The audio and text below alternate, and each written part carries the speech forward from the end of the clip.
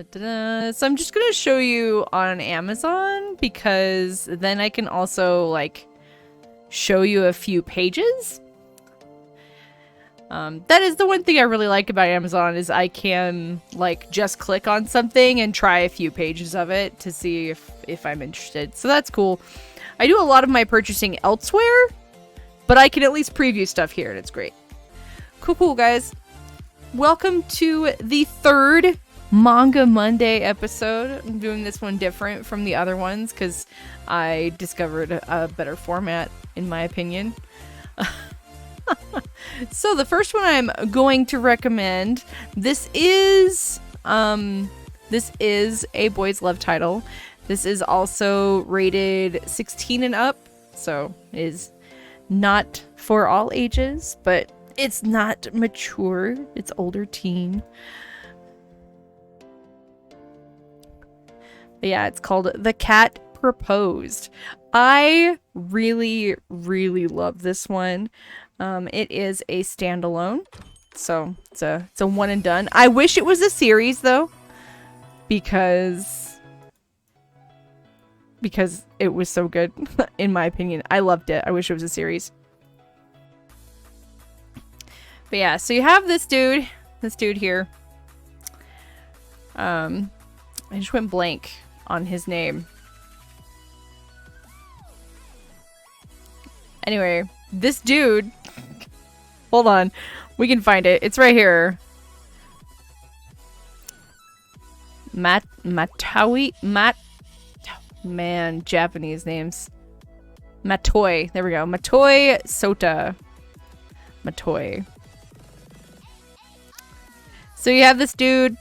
He is super, super overworked. You know, office worker. He's headed home.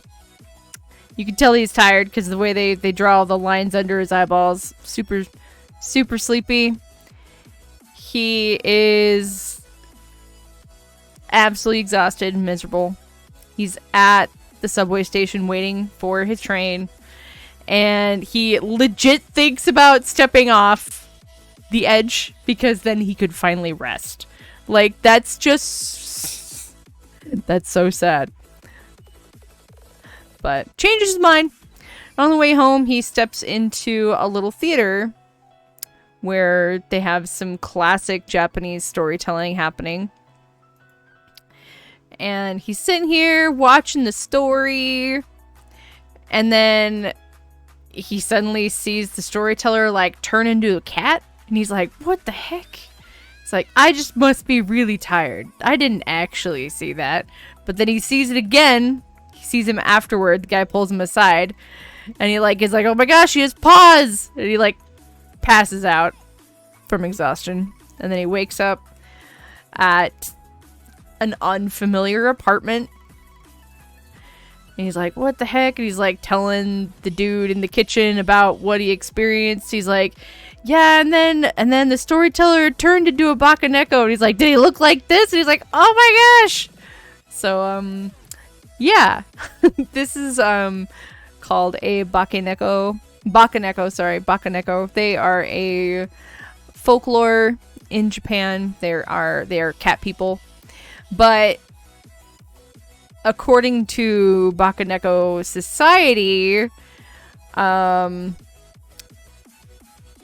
unless there are extenuating circumstances, the people who see Bakanekos have to die. So the resolution that he comes up with is like, well, I guess you're just gonna have to be my partner from now on. So yeah, it's an interesting story. So the marriage comes first and then the love. But it's a really cute story. I like it a lot. Like I said, I wish this was a whole series because it was that good. Alright, so that was The Cat Proposed. Obviously, you can see this was put up by Tokyo Pop. I really, really like this one. I'd marry someone to not die, right? Alright, the next one I'm going to talk about, this is a much older DramaCon title. DramaCon title. Oh my gosh. Tokyo Pop title. Obviously, you can see it's called DramaCon. This one is a little different because it's not written by... It's not like Japanese or Korean or Chinese. This is actually written by a Russian who is living in Canada. So, but she's from Russia. But yeah, this one is called DramaCon. It first came out in like 2005. I really love this one. It came out in 3 volumes, but there is like a really cool hardback edition that has all 3 volumes, and there's the new 15th anniversary edition that is a paperback omnibus of all 3 volumes. The hardback omnibus, if you can get it, is really cool because it comes with an extra chapter written specifically for that volume. But yeah, this is a pretty fun series. It is about this girl here, Christy, and she goes to her... In volume 1, she goes to her first convention to sell fan-made comics. And it's called DramaCon because, well, there's just a lot of drama that happens at conventions. It's just the way it goes. But yeah, me being the kind of person that I am and like loving anime and comic conventions and the experience of going to them, and someone who has sold stuff in Artist Alley before, like I related to this on such a level. But in the first volume, you have Christy and you have her boyfriend. I don't remember her boyfriend's name. He's really poopy anyway. But yeah, there's lots of drama. There's lots of fun panels like this. This panel's awesome because, well, her boyfriend is flirting with cosplayers and she's like, "How dare you?" And he's like, "Ah!" Anyway, it's all about new friends that she meets at the convention, and she meets this other guy, and it's just really, it's fun. I really enjoy it, especially if you are into going to conventions or you have any experience in conventions in general. This one's pretty fun. This is also a fun way to learn about conventions, so yeah, I recommend it. This author has done other things now, but this is her first work in the like officially published works. She did another series that I was really enjoying, but she never finished, and I keep hearing that maybe she's going to finish it, but oh well. When I was still working at the library, I actually had the opportunity 10 years ago, in 2012, I actually had the opportunity to be on a panel at a national conference with Svetlana Chimkova. So it was really cool. She's very nice. I got to go out to eat with her and hang out with her, and it was super fun. But yeah, so DramaCon, I highly recommend it. It's super fun. It's only 3 volumes. Take a look. See if it's something you'd be interested in. This is her other series here, Night School, which I was really enjoying. But then she stopped it to work on a James Patterson title, and I kept hearing she was going to come back to this one, but she, as far as I know, hadn't yet. Alright, so my third title for the day. I've only read volume 1 of this so far, but I'm really excited because I just got volume 2 today. But yeah, this is called BL Metamorphosis. This one is definitely... I wasn't sure what to expect when I got this one. I just thought it sounded cute. Because the premise of this one is that you have this old lady. She's just turned 75. Her daughter lives in the city away from her. And her husband's been dead for 2 years. So she just lives by herself. And she's a calligraphy teacher. But I think she only teaches once or twice a week. And one day when she's out and about, it's hot out, so she pops into the bookstore to cool down for a second, and she's like, gosh, how long has it been since I've been to the bookstore? And so she's looking around, And she actually goes to look at the cookbooks, but the cookbooks have moved, and what is in place of the cookbooks is the manga section. And in the front and center part